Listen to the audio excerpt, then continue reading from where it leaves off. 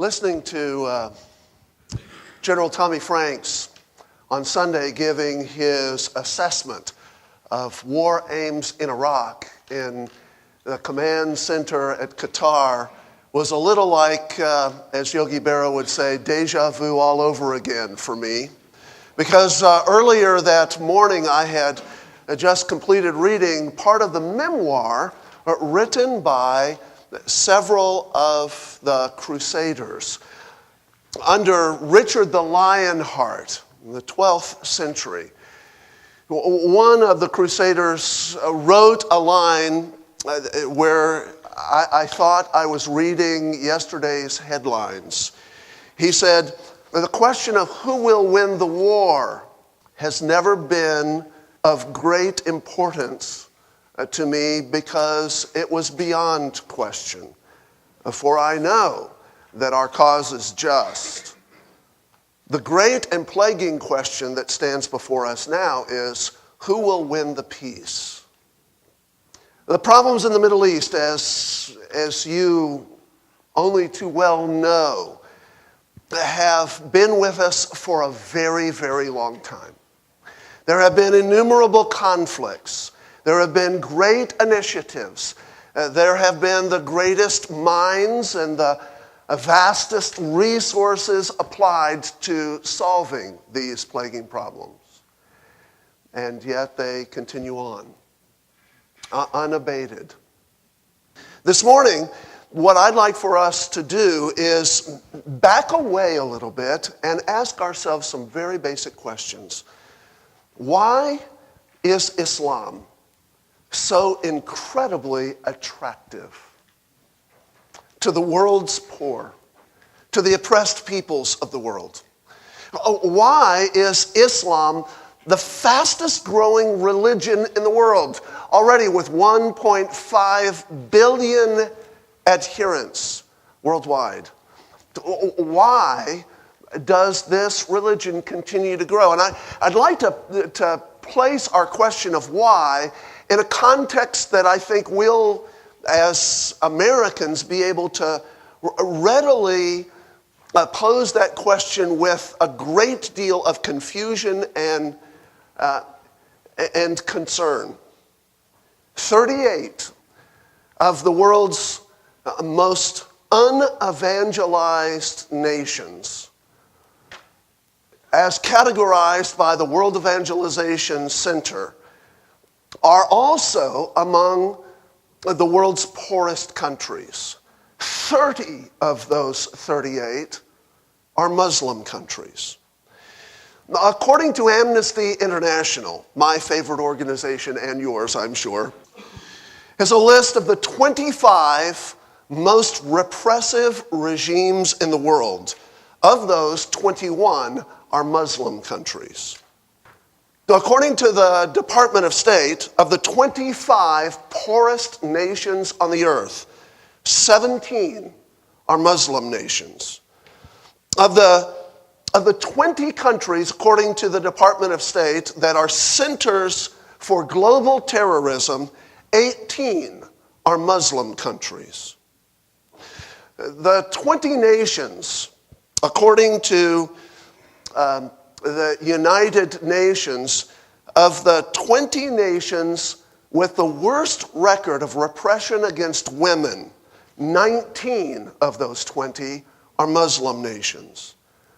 If you look at the statistics for illiteracy, for infant mortality, if you look at the statistics for health care, for civil liberties, for personal rights, again and again and again, the pattern remains true.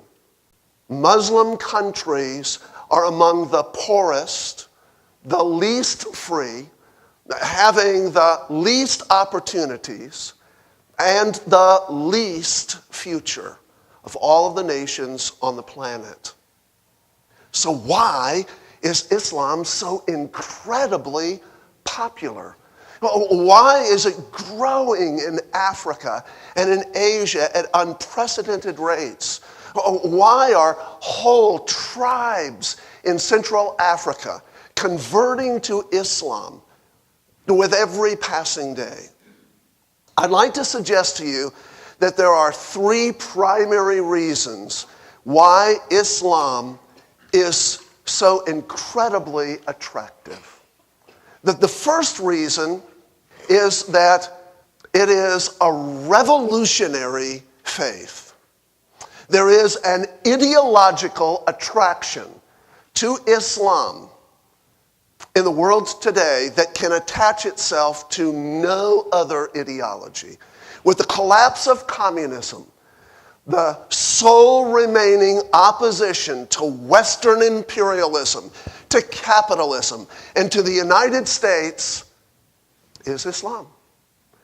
And so if you already have a presupposed antipathy to the wealthy Americans, to the Coke-guzzling, Big Mac-chomping, imperial corporate world, where will you turn? If you're bound by resentment, if your life has known little but bitterness, if economic justice, if opportunity seems incredibly distant to you, and your only reasoning can be, surely these wealthy Americans, these Western Europeans have stolen our legacy, suppressed our opportunities, where will you turn for leadership but to Islam? Communism had a terrible record.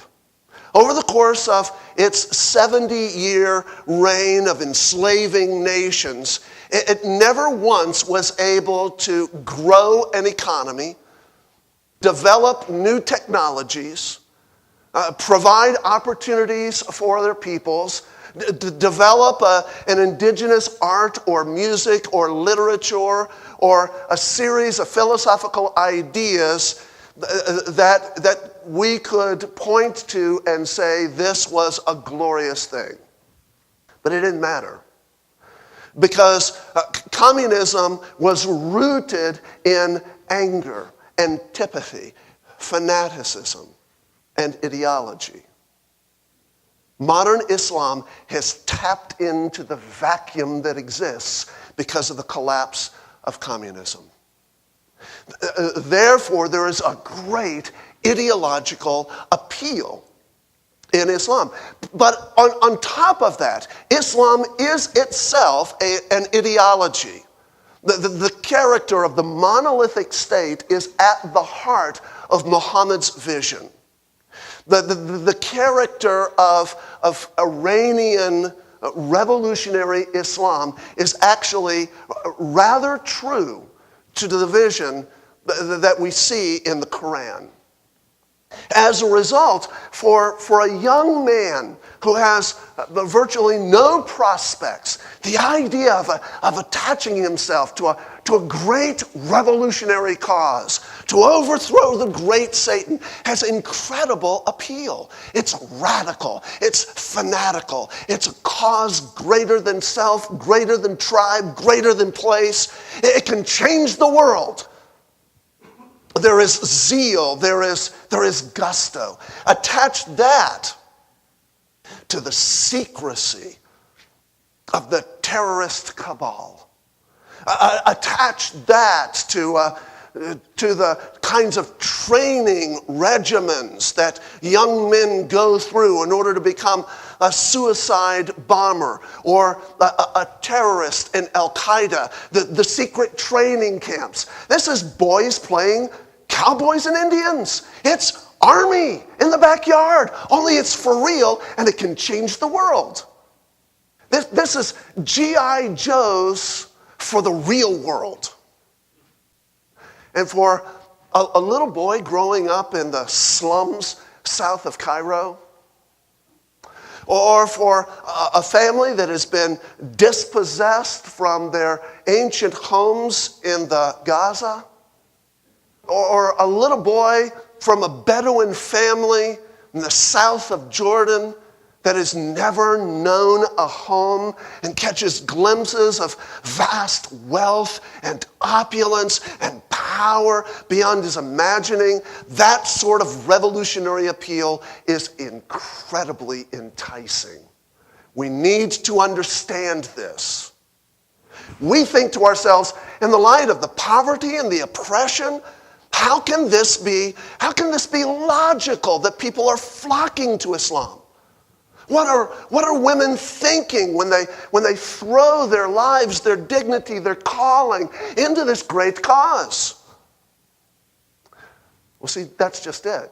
It is a great cause for them. They see themselves as a part of something glorious that can bring change to the world. It's why Marxism, despite the fact that scholars predicted that it would collapse under the weight of its own absurdity for years before it did, it's why it was able to attract so many fanatical adherents. It is the appeal to revolution. And the appeal to revolution is always attractive to people. The second reason I think that Islam is so incredibly attractive is that the religion itself is so simple. Karen Armstrong, who is the sort of media darling in the West, in explaining Islam and Buddhism and any number of other world religions, says that Islam is the first great dogmaless religion. There is no core dogma to Islam. Now, that's not entirely true because there is no such thing as a dogmaless religion, but it almost appears that way, particularly to the new convert. You see, in Islam, it's not so much what you believe that matters, it's what you do. It's a religion of action. It's a religion of goals of self-transformation, of societal transformation, of global transformation. It's a cause more than it is a faith in many ways. And as a result, it's very easy to see the essence of the cause. The only real dogma that a Muslim must confess is that there is but one God, Allah, and his prophet is Muhammad. That's essentially it. Hold to that and then practice certain disciplines and you've got the essence of Islam. Now, contrast that with Christianity, with its systematic theologies, its complex rites and rituals, its complex hierarchies, its complex feast days and calendar cycles. It's mind-boggling to your average African or Asian to get around this business of Christianity. But Islam, why anyone can understand this. There is but one God. The prophet is Muhammad. And I'm supposed to live a disciplined, regimented, focused life and attach myself to this cause. Now that I can understand. You see? The other thing about this very simple, dogmaless religion is that Islam really is a religion of works righteousness. And we all know, every single one of us in this room knows, that works righteousness is very appealing. It flatters the human heart to think that we can please God. It flatters the human heart to think that we can reform ourselves. It flatters the human heart to think that we need only these disciplines. We need only do these things. We need to only go down this checklist, and we can be justified in the sight of Almighty God and attain paradise simply by what we do. You see, Islam does exactly what every human heart most desires. It puts control of God and eternity in our hands. A lot of Christians find this very attractive, don't we? We resist grace because grace is an affront to us. Grace tells us that we're not sufficient. Our competency is of no effect. We need God. Well, see, in Islam, there is this flattery of the human soul that is right at the heart of things. In fact, for a little boy growing up in the desert oases of southern Libya, or a family struggling to survive in the Horn of Africa and Somalia, the idea that I can wrest my own destiny away from the oppressors of this world, that poverty cannot have its hold on me because I can determine my destiny. Oh my, that's incredibly attractive. Do you see that? They're not looking at statistics and figures. They don't care what Amnesty International says. Islam flatters their heart. And as a result, Islam captures their lives. Third, I believe that Islam is incredibly attractive because the wealthy in the Islamic world know how to give. The per capita giving of Islamic donors in OPEC countries, the oil-producing states, outstrips charitable giving among Western Christians 172% per capita. The difference between the giving of, say, the Saudis or the Iraqis to African causes is the difference between billions and millions. In the total Islamic world, the average giving, even in those very poor countries, the average giving is more than double the average giving of American churches. As a result, the Saudis, during the last 40 years, have been able to export their radical brand of dogmaless, revolutionary zeal around the globe. They have built schools, they have built mosques, they have trained teachers, they have created philanthropic organizations, they have established medical centers, and they have reached into the hearts of communities and sold those communities a bill of goods. When you look at the statistics, less than 0.1% of all charitable giving by Christians in the United States actually goes to evangelize the unevangelized countries. And remember, 30 of those 38 unevangelized countries are Muslim countries. Less than 0.1%. Saudi Arabia exports somewhere in the neighborhood of $1.5 billion just for the purposes of education every year. They're not doing foreign aid projects. They're not digging fresh water wells in Central Africa. They're not sending food. They're starting Quranic recitation schools. They're starting training camps for radicals. They're setting a vision of hope for the future in the hearts of young, embittered, angry men around the globe.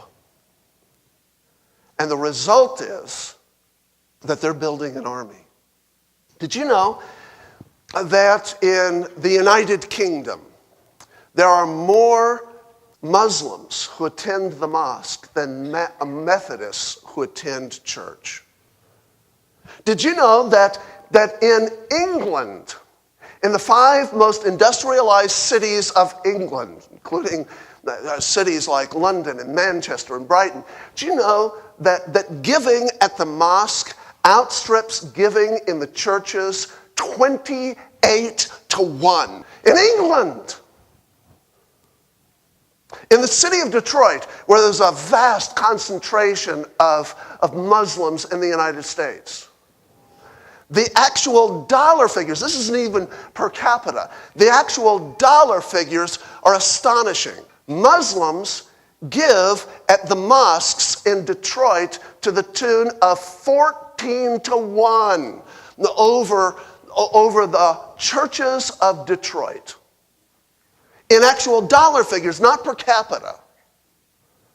Now what this means is that they have strategically focused their dollars. And they know what to do with those dollars. They know that they can capture the hearts of the young people in those schools. They can indoctrinate them. They can teach them to sing revolutionary chants. You remember growing up, seeing the newsreel stories of the radical communist indoctrination camps, the little boys and girls saluting Stalin, Khrushchev. Remember Khrushchev's rant at the UN, pulling off his shoe, banging the table and saying, "We will bury you." Turns out his threat was not quite hollow, but quite temporal. Islam is banging its shoe. A remarkable insult drawn from biblical imagery at the United States and the Western world. And they're putting their money where their mouth is. And we're not. If you look at global spending by Christians in missionary education compared to global spending by Muslim countries and organizations, the amount that Christians spend is so minuscule that it does not show up to the 100th of a percentage point. When we're starting TV stations, radio stations, and we have printing presses, and we're reproducing the Jesus video. But did you know that 98% of those efforts go to countries like Ireland and France? Well, maybe we should be doing France, but the point is that we have this wide swath of the world that we've just essentially shrugged off. Islam is incredibly attractive to the world's poor, to the world's needy, to the world's oppressed, because Islam is, number one, incredibly revolutionary. Number two, it is incredibly simple. And number three, it is incredibly generous. I find that to be a stark rebuke. When I turn to the Minor Prophets, and I read, "He has shown you, O man, what is good and what the Lord requires of you, but to do justice and to love mercy and to walk humbly with your God," I start to think, how do they steal our thunder? This is our call. This is our heritage. This is what drives missions and always has for the Christian church. Why are those who despise women, who flout self-determination, who destroy families, who call young men into hopeless journeys of a downward spiral into self-destruction and terror, How did they steal our call to do justice in the world, to exercise mercy in the world, to walk humbly before God? Have we forgotten why we're here? Have we forgotten why we have what God has entrusted to us? Deuteronomy 8 says that God gives us these resources, this wealth that we have. For what purpose? For the building up of the kingdom. And instead, we turn around, and those who don't know what we know and don't have what we have, who have not received grace and mercy and forgiveness, who don't have a gospel of liberty, who don't have a worldview that can produce technological advances that will dazzle the world, who don't have the legacy of art and music and ideas that ennoble the human soul, who don't have traditions of freedom and opportunity, never have had those traditions. And yet somehow, some way, they have taken our mantle. The prophet Micah says that this is what God requires of us, to do justice. It should be our agenda to reach those oppressed peoples of the world, to set before them the great hope of the gospel of liberty and freedom. But oftentimes our worldviews are so muddled that we have a hard time communicating that.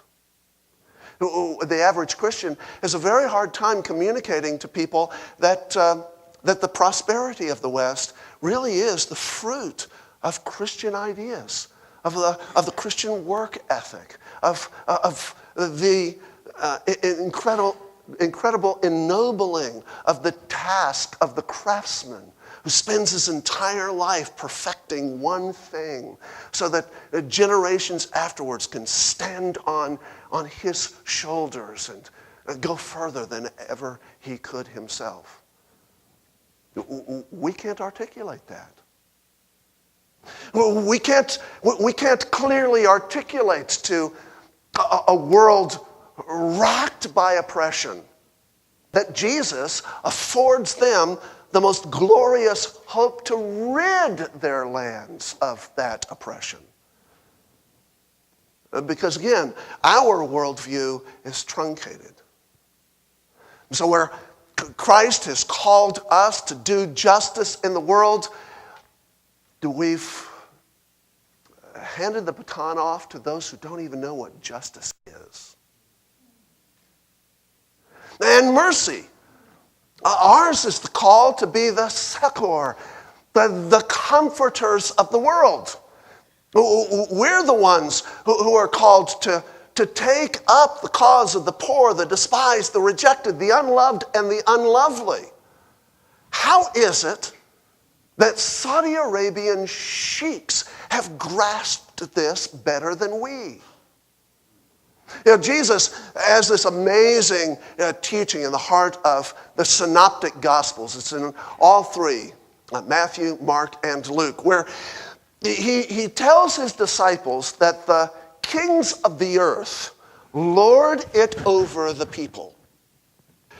The Gentiles exercise authority over them, he says, because they were the benefactors. But it is not to be so among you, Jesus said.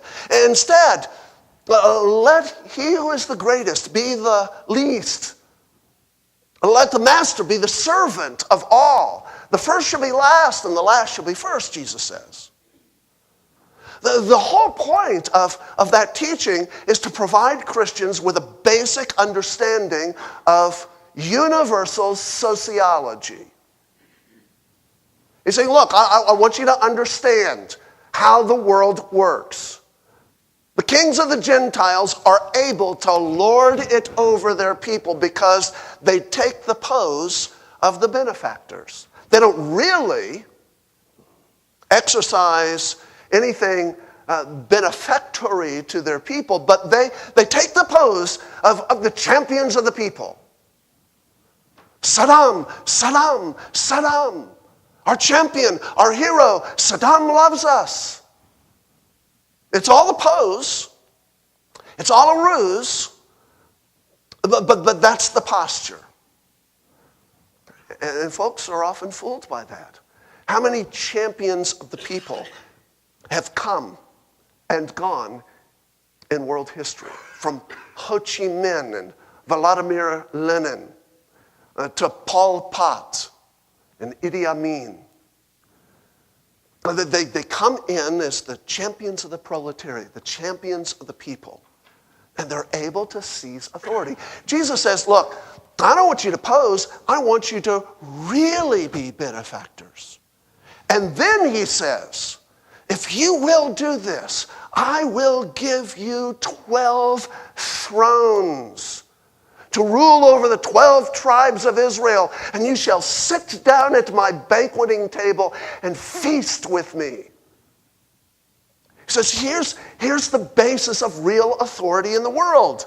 It's not smart bombs.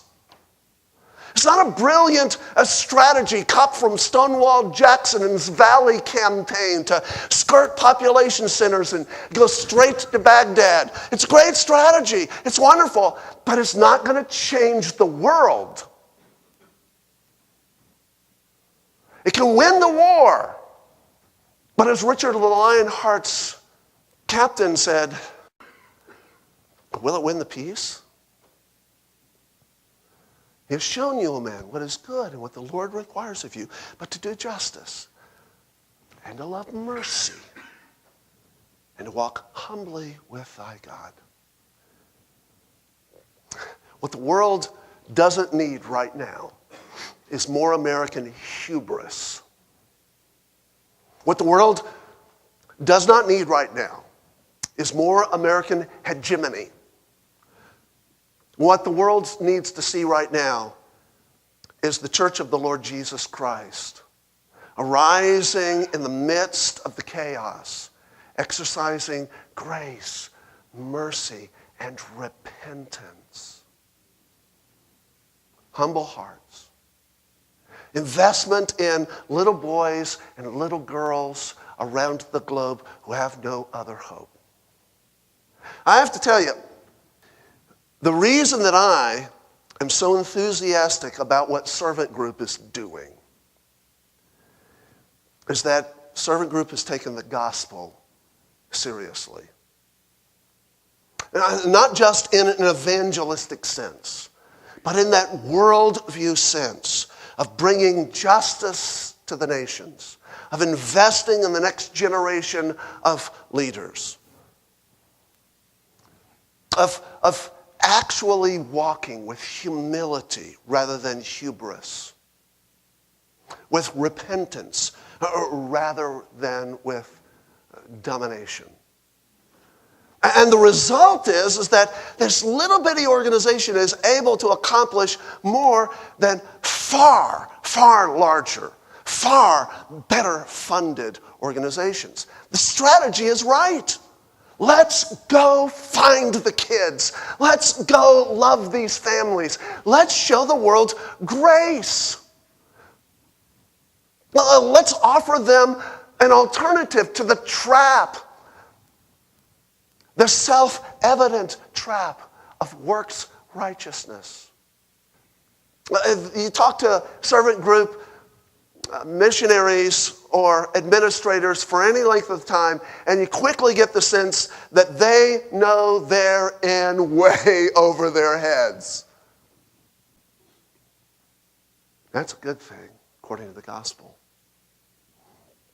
To engage way beyond our competency, so that we recognize that every success is all of Christ and none of us. We've been saved by grace through faith. This not of ourselves. It is a gift of God. Lest any man boast. That's the heart of the gospel, isn't it? Why is it so easy for us to forget that? To answer the question, ultimately, bottom lining this, rubber meets the road this. Why is Islam so appealing? Why is Islam so popular in the world today?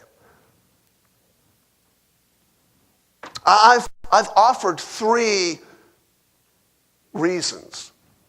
Actually, they're just 3 excuses. Because the real reason is simply this: we're not doing our job. Worse, we're not being who God called us to be in the midst of this poor fallen world. It was a gift that the Islamic world was only too happy to receive. Just as they've received our technology, just as they've received our mathematics, just as they've received our culture, our economic prowess, they've received the gift of the abdication of the church. And they're changing the world as a result of it. The good news of the gospel always comes to us and says, you're worse than you think. The world situation is worse than you can imagine. And yet grace is sufficient. Christ is Lord. There is hope yet. So come. Be what God has called you to be. Do what God has called you to do. And the hope of the nations will once again be set before the world. We need to realize this is not a matter of making sense of things. This is simply a matter of believing the gospel enough to live it. To allow the Lord Jesus Christ, who is sovereign over the totality of life,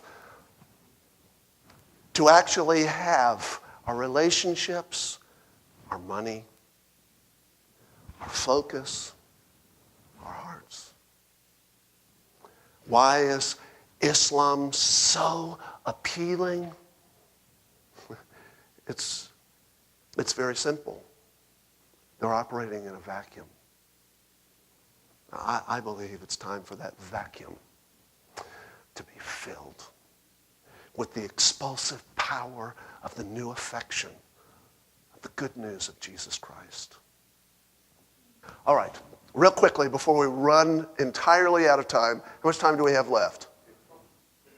15 minutes. We're going to do, as we normally do, a little bit of Q&A. We want to leave a little bit of time at the end because there's some exciting developments and prayer requests that I know that Wally wants to let you know about. So but before we get to the exciting developments and the prayer requests, let's throw the floor open. Yes.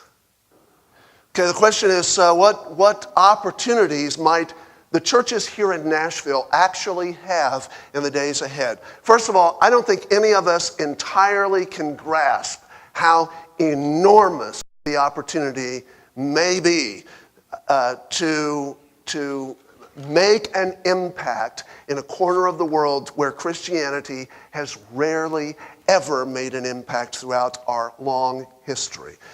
We don't know exactly what that is going to look like, but the Bush administration is very open to non-governmental organizations and to missionary organizations coming in and beginning to invest in the future. This may be a greater opportunity even than when we saw the Berlin Wall fall and the Soviet Union collapse into fragmented pieces. This may be the most exciting time to be alive as Christians. This genuinely could be our moment. But we've seen, all of us have seen, great opportunities squandered. And if we don't have a fundamental change in the way we see ourselves in light of the gospel, I think that this opportunity too will be squandered. So this is both exciting and portentous in my view. Yes, sir. How do we accomplish these things when we have a country that's punched? Okay, question is, how do we get this message across in a country filled with hedonism and churches sort of locked in an inward vision? And I would say two things. First of all, we start here in this room with us. God doesn't need a majority. God just needs us. God doesn't need to win over every heart. God simply needs to have his faithful walk in covenant with him. That becomes a snapshot broadcast to the whole world. It's infectious. Faithfulness is infectious. So what I would say is, first of all, let's just start here. We're enough for now. Secondly, I would say, let's be careful not to think that it is our country or even our churches who are going to sway the day. Let's be very careful to realize that while the Bush administration may be very good, just as the Richard the Lionheart administration was very good at fighting some battles, the task of cultural reclamation is not the government's, it's not the country's, it's ours. And so we need to establish our strategy based upon those notions. The government may be able to open some doors for us, but after that, we got to walk through the door, set the table, make the meal, and get it served to the right folks. Otherwise, nothing is going to happen. Another question. Like a Zohar Centcom question, religious war. Great questions. First, how do we accomplish the goals of Micah 6:8? Justice, mercy, humility before God, reclaiming our mantle of evangelism in the world when Christendom is so fragmented. And the answer is, of course, you don't. With Christendom so fragmented, we can't rely on Christendom. Christendom has essentially collapsed under the weight of sin, iniquity, perversity, and the abandonment of the covenant.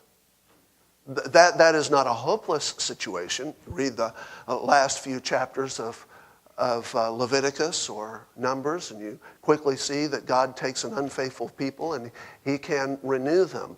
But what we've got to realize is that the renewal process is reformation. It is not revolution and it is not revival. It is reformation. We don't want to revive the dead old husks of failed materialistic Western civilization. What we want to see is reformation, a renewal of the doctrines of grace. We want to see people come alive to the Spirit. We want to see this liveliness. And in church history, the great lesson of Reformation is that it is always missional. As we serve, as we give, as we pour ourselves into the least and the last, God does this remarkable thing. He benefits us. And so, in answer to your first question, I think that the answer to the fragmentation of Christendom is let's serve, let's give, let's throw our hearts and souls into what we know is right and let God take care of the rest. And He will. He always has. That's the great story of church history. How do we keep this from being a religious war? Well, two things that we have to recognize is, first of all, it is a religious war. All war is religious war, in the same way that we have to say that all legislation is the legislation of somebody's morality. That's what legislation is. It's us saying this is right and this is wrong. We have a moral standard, and therefore we're going to legislate morality here. Whether our morality is let's have bingo for scholarships, or our morality is let's stop killing babies. Either way, we're legislating morality. So what we've got to do is we've got to make sure that the religious war that is being fought in the world is being fought in biblical terms. That's the real essence of it. How do we fight?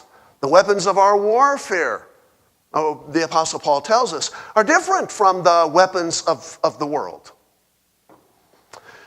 We're called to put on a different kind of armor. We're to exercise a kind of priestly stewardship. If you have in your mind, when you read, for instance, Ephesians chapter 6, and you read that passage about spiritual warfare, if you have in your mind some Sunday school flannel graph picture of a Roman soldier with a little scrub brush on his head and all of that, you need to go back and reread the book of Isaiah, because every single bit of the raiment that we see is the armor in Ephesians chapter 6 is the raiment of the high priest.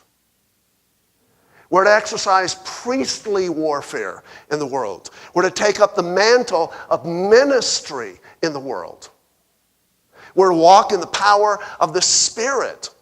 And so when we need to be clear, it is religious war, but it's not a religious war between the United States and, say, Iraq. It's a religious war between the powers and the principalities and the sovereign king of the cosmos.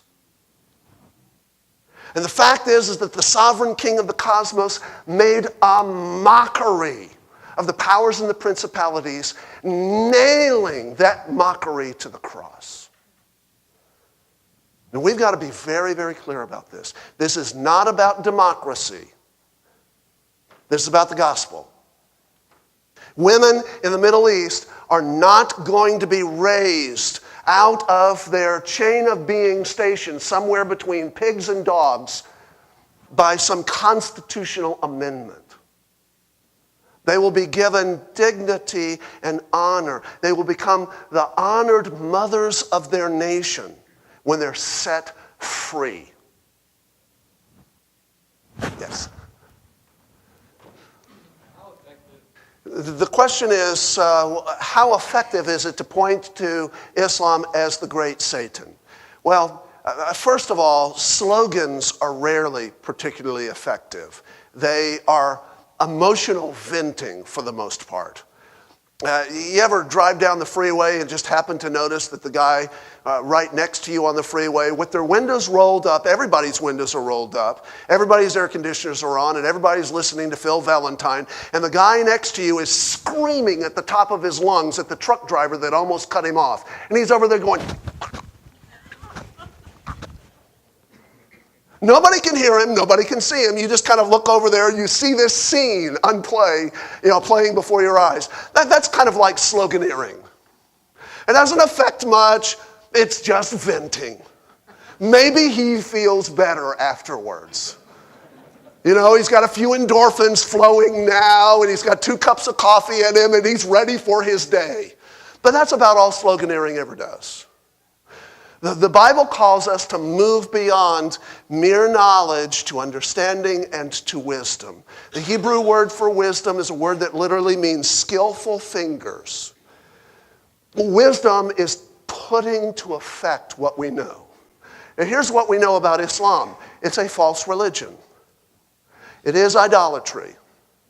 It does shackle men and nations.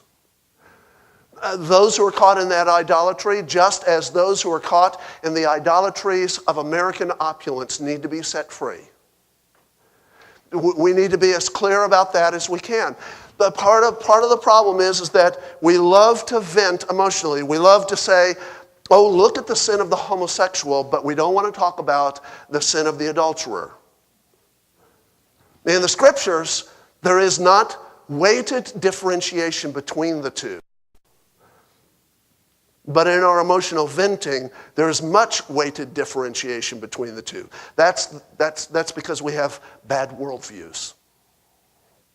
So what I would say is that it's time for the church to begin to wrestle with the whole notion of truth versus error, darkness versus light. Why are we surprised by Saddam's shagadelic love shack? Why are we sort of wowed by Dr. Evil's little love den? The fact is that sin is ridiculous. He who sits in the heavens laughs because the nations imagine a vain thing.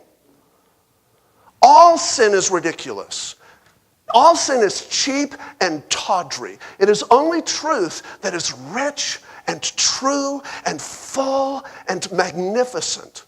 That's why Saddam's palace have holocaust doors bought from Home Depot. That's why they have plastic sinks and Drakkar Noir and well-thumbed copies of Danielle Steele. It's because sin is always shoddy and tawdry.